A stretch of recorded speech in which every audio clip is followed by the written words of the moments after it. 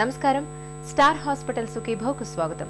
ఈ రోజు సుఖీభవలో ఆసనంలో చీలికలకు ఆయుర్వేద చికిత్స, మిత భోజనమే హితం, జ్ఞానదంతాన్ని పీకించుకోవాలా, ఉదయాన్నే కీళ్లు నరకాన్ని చూపిస్తున్నాయా, ఇంకా సమస్య, సలహా, హెల్త్ టిప్.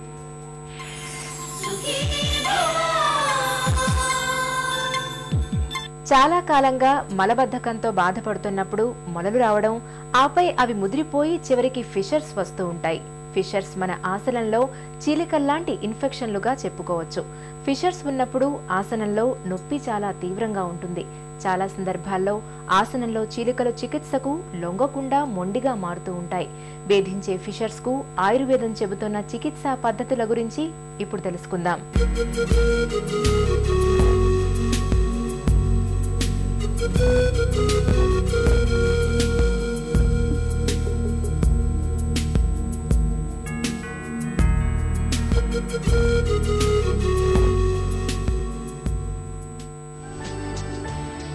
ఏళ్ల కొద్దీ మలబద్ధకంతో బాధపడుతున్నప్పుడు మొలలతో పాటు కొంతమందికి ఫిషర్స్ కూడా పెద్ద సమస్యలుగా మారుతుంటాయి.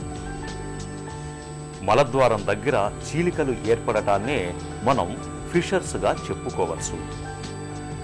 మలబద్ధకం ఉన్నప్పుడు మల విసర్జన గట్టిగా జరగటం వల్ల చీలిక వచ్చే అవకాశం ఉంది. అలాగే మలంలో సరిగా అరగని పదార్థాలు ఉన్నప్పుడు కూడా మలద్వారం దగ్గర ఉన్న చర్మం చీరుకుపోయి చీలికలు వచ్చే అవకాశం ఉంటుంది. తరచూ విరేచనాలు అవుతున్న వారిలో కూడా నరాల మీద ఒత్తిడి పెరిగి మలద్వారం చీరుకుపోయి అక్కడ ఫిషర్స్ ఏర్పడుతుంటాయి. చాలా మందిలో ఈ ఫిషర్స్ ఒక పట్టాన నయం కావు, తగ్గినట్టే తగ్గి మళ్లీ తిరగబెడుతుంటాయి. దీంతో చీలిక ఉన్న ప్రాంతంలో విపరీతమైన నొప్పి వస్తుంటుంది. ఫిషర్ వ్యాధి ఆయుర్వేద రీత్యా గనక తీసుకున్నట్టయితే దీన్ని పరికర్తిక అంటారు. కర్తరిరివ వేదనం కరోతి ఇది పరికర్తిక. కత్తిరింపబడినట్టు మల విసర్జన సమయం లోపల తీవ్రమైన వేదనతో కూడి రక్తము చారుకతో కూడిన మలము గనక విసర్జింపబడినట్టయితే, అంటే కత్తిరింపబడినటువంటి వేదన ఉండాలి, రక్తము చారక ఉండాలి, మలబద్ధకం ఉండాలి, మలం మీద బ్లడ్ స్ట్రీక్ ఉండాలి. ఈ లక్షణాలతో కూడినటువంటి ఈ వ్యాధికే పరికర్తిక లేదా ఫిషర్ వ్యాధి అని అంటాం. ఈ ఫిషర్ వ్యాధి లోపల అల్సరేటివ్ ట్రాక్ట్, ఒక పుండు యొక్క చీలిక భాగము యాంటీరియర్ భాగంలో కానివ్వండి, పోస్టీరియర్ భాగంలో కానీ చీలిక చేత అది దాదాపు ఇంటర్నల్ స్పెంక్టర్స్, మలద్వారం లోపల ఇంటర్నల్ స్పెంక్టర్లోకి ఇన్వేడ్ అయిపోయి ఇన్ఫెక్షన్తో చేరి రక్త ప్రసారాన్ని తగ్గించడం చేత ఈ అల్సరేటివ్ ట్రాక్ లాంటి వ్రణభాగము పూర్తిగా మానిపోకుండా ఉంటుంది. దీనికే ఫిషర్ ఇన్ యానో కానీ పరికర్తిక కానీ ఫిషర్ వ్యాధి అని కానీ సాధారణంగా అంటారు. ఫిషర్ వ్యాధిలో విపరీతమైన వేదన మల విసర్జన సమయంలో ఉంటుంది. రక్తస్రావము రక్తం యొక్క చార మలం మీద ఉంటుంది, కాకపోతే రక్తం యొక్క పడడం మల విసర్జన సమయంలో తక్కువగా ఉన్నప్పటికీ వేదన అధికంగా ఉండడం చేత వేదన తగ్గించేటువంటి ప్రక్రియలు దీనిలో పూనుకోవాలి. ఆహారపు విహారపు అలవాట్లు కనుక తీసుకున్నట్టయితే దీనిలో రోజు రాత్రి పడుకునేటప్పుడు ఒక చెంబెడు నీళ్లు తాగడం, ఉదయం లేవగానే పేషెంట్లకి ఒక రాగి చెంబెడు దాదాపు 500 ml to 1 లీటర్ వరకు నీటిని తీసుకోవడం, ఆహారంలో కంపల్సరిగా ఫైబర్ డైట్, గ్రీన్స్, ఆకుకూరలు ఎక్కువగా ఉండేటువంటి ఆహార పదార్థాలను తీసుకోవడం, మాంసాహారాల్ని వారానికి ఒకసారి తీసుకున్నట్టయితే పర్వాలేదు, రోజు లేకుండా చూడడం, పీచు పదార్థాలు ఉండేటువంటి ఓట్స్ లాంటివి తీసుకోవడం, తర్వాత జంక్డ్ ఫుడ్, బయట మసాలాలు, ఆయిలీ ఫుడ్ని తగ్గించినట్టయితే ఈ వ్యాధిని మనం పూర్తిగా నివారించవచ్చండి. అర్సమూలలు లేదా ఫిషర్స్తో బాధపడుతున్నప్పుడు చీలిక ఉన్న ప్రాంతంలో తీవ్రమైన నొప్పి వేధిస్తూ ఉంటుంది. ఆ భాగమంతా ఒకటే దురదగా ఉంటుంది. మల విసర్జన తర్వాత గంటల తరబడి నొప్పి తగ్గకుండా బాధిస్తూ ఉంటుంది. అప్పుడప్పుడు రక్తస్రావం కూడా జరుగుతుంటుంది. ఆసనంలో తరచూ చీముగడ్డలు ఏర్పడుతుంటాయి. మలద్వారం దగ్గర అల్సర్ కనిపిస్తూ ఉంటుంది. ఇలాంటప్పుడు ఫిషర్స్ బాధల నుంచి ఉపశమనం కోసం ఆయుర్వేదం తనవైన కొన్ని ప్రత్యేక ఉపశమన చర్యల్ని చెబుతుంది. ఈ వ్యాధికి కారణభూతమైనటువంటి ఫీకోలిస్, మలము పెంటికల్లాగా గడ్డలు కట్టడం అనేటువంటిది దీనిలో ముఖ్యమైనటువంటి ప్రక్రియ.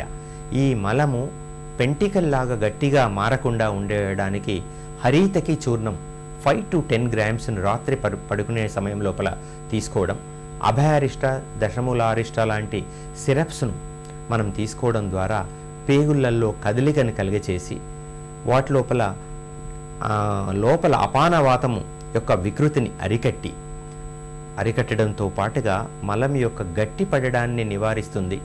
లాక్సిటివ్ ప్రక్రియను పెంపొందించడం చేత మలము సాఫీగా రావడం చేత ఈ వ్రణభాగాన్ని తొందరగా మాన్పించవచ్చు.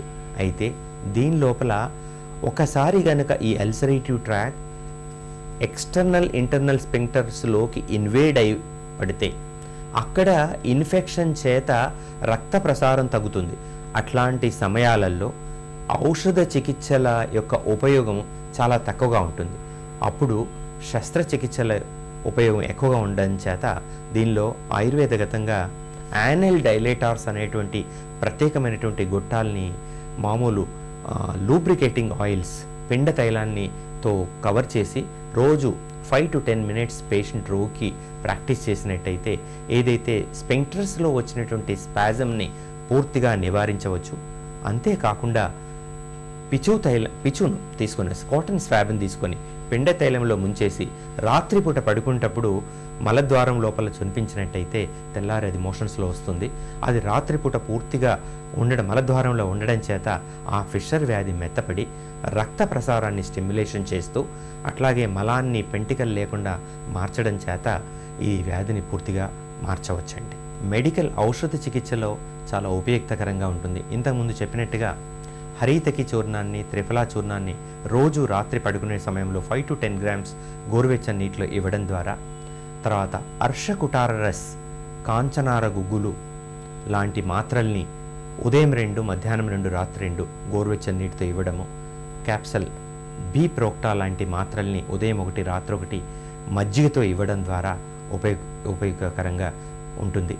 అయితే వీటి వల్ల ఉపయోగకరంగా లేకపోయినట్టయితే సర్జరీ, డార్సల్ స్పెంక్ట్రాటమీ, లేటరల్ స్పెంక్ట్రాటమీ అనేటువంటి శస్త్రకర్మ చాలా ఉపయోగకరంగా ఉంటుంది. ఈ శస్త్రకర్మ విధానం చాలా సింపుల్ విధానం.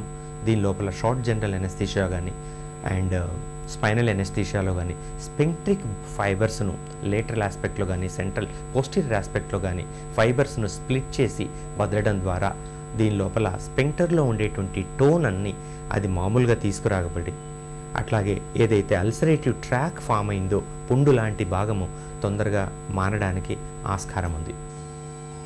50% మందిలో ఫిషర్స్ ఎటువంటి ఆపరేషన్ లేకుండా వాటంతట అవే తగ్గిపోతాయి. మలద్వారం దగ్గర పరిశుభ్రంగా ఉంచుకోవటం, మల విసర్జన తర్వాత కాటన్ గుడ్డతో తుడవటం వల్ల ఫిషర్ తొందరగా మానిపోతుంది. ఒకవేళ ఫిషర్ ఎక్కువ రోజులు ఉంటే మానటం కష్టమవుతుంది. సిట్స్ బాత్ అంటే మలద్వారాన్ని 20 నిమిషాల పాటు గోరువెచ్చని నీటిలో ఉంచటం వల్ల ఫిషర్ వల్ల వచ్చే సమస్యలు కొంతవరకు తగ్గుతాయి. పీచు పదార్థాలు ఎక్కువగా తీసుకోవటం, సమయానుసారంగా తినటం, సమయానికి మల విసర్జనకు పోయే అలవాటు చేసుకోవటం వల్ల మలబద్ధకాన్ని నివారించుకోవటమే కాకుండా ఫిషర్స్ వంటి సమస్యల్ని చాలా వరకు నివారించుకోవచ్చు.